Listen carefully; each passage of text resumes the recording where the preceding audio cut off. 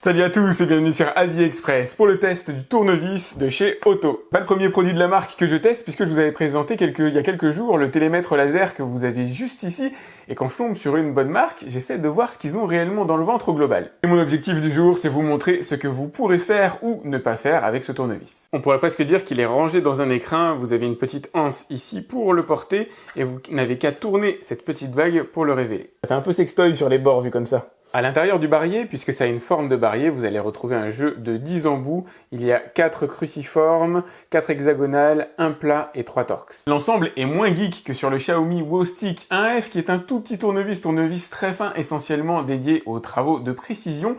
Ici, vous allez voir, on a des embouts déjà un petit peu plus costauds. La forme des embouts est assez générique, vous allez pouvoir les interchanger avec ceux que vous avez déjà chez vous. On est sur du 50 mm de longueur, 6,3 d'épaisseur, des embouts qui vont, alors je vous les cite quand même, T20, T25, T15, SL4, PH2, PH1, PH3, PHZ2, H4, H5, H3 et H6 donnés dans le désordre. Les embouts sont réalisés en acier revêtus de nickel et évidemment magnétisés. L'objectif étant de les rendre résistants à la corrosion et résistants tout court, mais avec un tournevis, avec un couple de 4 Nm, il n'y a pas de véritable raison d'aller les vriller. Et le tournevis, le voilà, il faut avouer que le facteur de forme est carrément cool, et si au début je regrettais légèrement l'absence d'un grip, en tout cas strié, on a quand même un revêtement en caoutchouc qui permet vraiment une bonne préhension, on le tient bien en main, ça glisse pas. 4 vitesses sont disponibles, vous allez là sur la position off, vitesse 1, vitesse 2 et vitesse 3.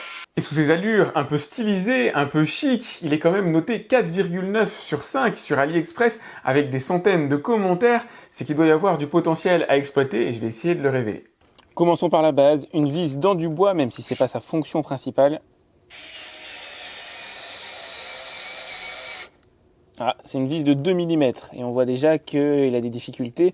Il y a quand même une partie de la vis qui a pu rentrer, mais il manque un bon centimètre. Ouais, si je change ici... Ah, il fallait augmenter le couple. Ok, même chose, mais cette fois-ci dans du bois un peu plus dense, en tout cas a priori, vis de 2 mm.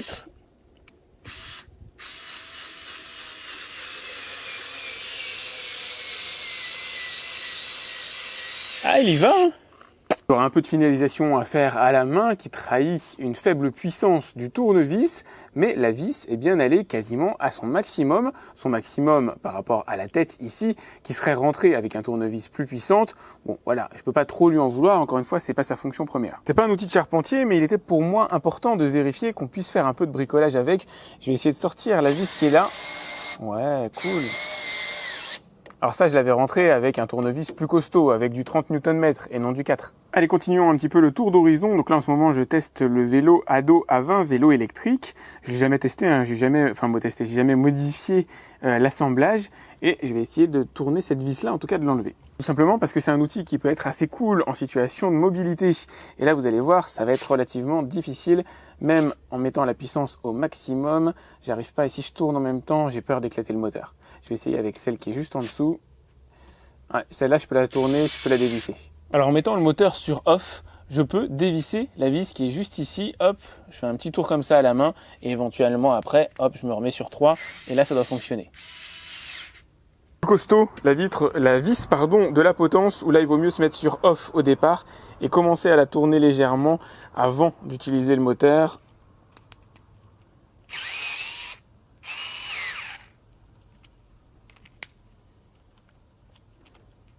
Jusqu'ici, il s'en sort plutôt bien et j'avoue que j'apprécie le fait de pouvoir le mettre sur off pour avoir plus de puissance et ensuite d'utiliser la fonction dévissage pour aller plus vite. Par contre, du coup, je me pose une question à laquelle j'ai pas la réponse et dont j'ai besoin de vous. Est-ce qu'en mettant le tournevis sur off et en forçant, je risque de l'endommager ou pas? Niveau autonomie, il est conçu pour pouvoir insérer plus de 1000 vis à 200 tours par minute sans avoir à recharger la batterie. Alors, je vais pas faire le test au complet, hein. J'ai pas 1000 vis à insérer chez moi, je vais juste l'utiliser pendant quelques temps, voir ce que ça donne en matière d'autonomie. Il se révèle plus puissant que prévu, j'arrive à transpercer les deux planches ici sans trop de soucis. Alors c'est pas simple, mais ça passe, voire même enfoncer la tête de vis à l'intérieur du bois. Il sera évidemment parfait pour tous les travaux dont le filetage a déjà été réalisé au préalable, c'est le cas ici. N'ayant pas d'embout adapté Hop, j'en ai utilisé un de ma collection personnelle. C'est pas un hexagonal d'ailleurs, c'est un torx pour le coup, et on va voir ce que ça donne. Ouais, nickel. Étant donné que le nombre d'embouts livrés avec le tournevis est limité, mieux vaut avoir une petite collection personnelle. Un truc cool, c'est qu'ils ont intégré sur la tête du tournevis des petites LED. Donc vous avez une espèce de halo lumineux, alors qui va servir uniquement à éclairer à proximité, qui va servir à éclairer la vis elle-même. Et c'est un peu dommage d'ailleurs, enfin c'est un peu dommage, c'est logique, vous ne pouvez pas vous en servir de lampe de poche. Ça aurait été super cool dans un endroit sombre de pouvoir se servir de son tournevis, d'avoir une fonction, on va dire, éclairage plus puissant, mais non, malheureusement ça va pas marcher comme ça. Ça sert uniquement à éclairer la vis qui est devant. Initialement, je craignais que le couple de 4 Nm soit un véritable frein à l'utilisation de ce tournevis. Et ben non, en fait, dans une utilisation classique, on va dire, une utilisation que ce soit occasionnelle, une utilisation de bricolage, monter un meuble Ikea par exemple, démonter un vélo ou réparer un vélo, des petites choses comme ça, le tournevis fonctionne franchement super bien. Après, il n'a évidemment aucune prétention professionnelle, il a surtout prétention à être pratique, à se mettre un petit peu partout, pourquoi pas à l'intérieur d'une poche. Grâce à sa forme arrondie, il est aussi relativement léger. Je dis relativement parce qu'il pèse quand même 250 grammes. Je vous l'ai pas montré, mais vous avez ici un petit indicateur qui clignotera rouge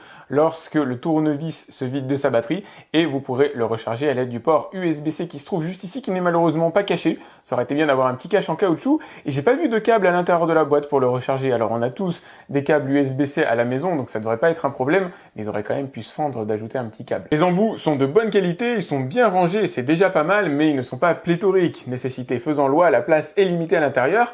Vous aurez besoin d'embouts supplémentaires pour pallier à toutes les situations que vous pouvez rencontrer dans du bricolage. C'est donc un très bon outil de très bonne qualité. Pour l'instant, je ne l'ai pas pris à défaut. Évidemment, je vais continuer de le tester et vous pourrez me poser des questions directement dans les commentaires. Ça ne remplace pas une perceuse visseuse. On n'a pas du tout le même couple à l'intérieur. Ça vient uniquement en complément. Et par rapport à ce que j'ai vu dans les commentaires, c'est pas mal utilisé en situation de mobilité par les personnes qui l'ont acheté. D'ailleurs, je vous ai mis le lien directement dans la description pour aller voir combien il coûte, pour aller voir les commentaires. Ça reste un prix quand même assez raisonnable étant donné la qualité du truc. Et d'ailleurs, c'est mentionné par pas mal de gens. C'est clair qu'on n'est rien du produit type chinois comme on se l'imagine. On est quand même ici sur quelque chose d'assez raffiné, d'un très très bon niveau de qualité. Enfin bref, si vous l'avez déjà acheté, n'hésitez pas à me laisser un message, un commentaire. Et si vous avez des questions, à me laisser un commentaire aussi. J'essaie de répondre à tous mes abonnés, donc du coup, pensez à vous abonner. C'est assez essentiel pour moi et puis même pour vous, pour découvrir de nouvelles choses. J'essaie d'ajouter à ma chaîne des nouveaux produits qui sont pas forcément connus du grand public, des marques qui ne sont pas connues et qui offrent de bons rapports qualité-prix. C'est un petit peu ça le credo de ma chaîne. Donc pensez à liker cette vidéo si vous l'avez aimé et moi je vous dis à très vite pour un nouveau test sur AliExpress. Salut!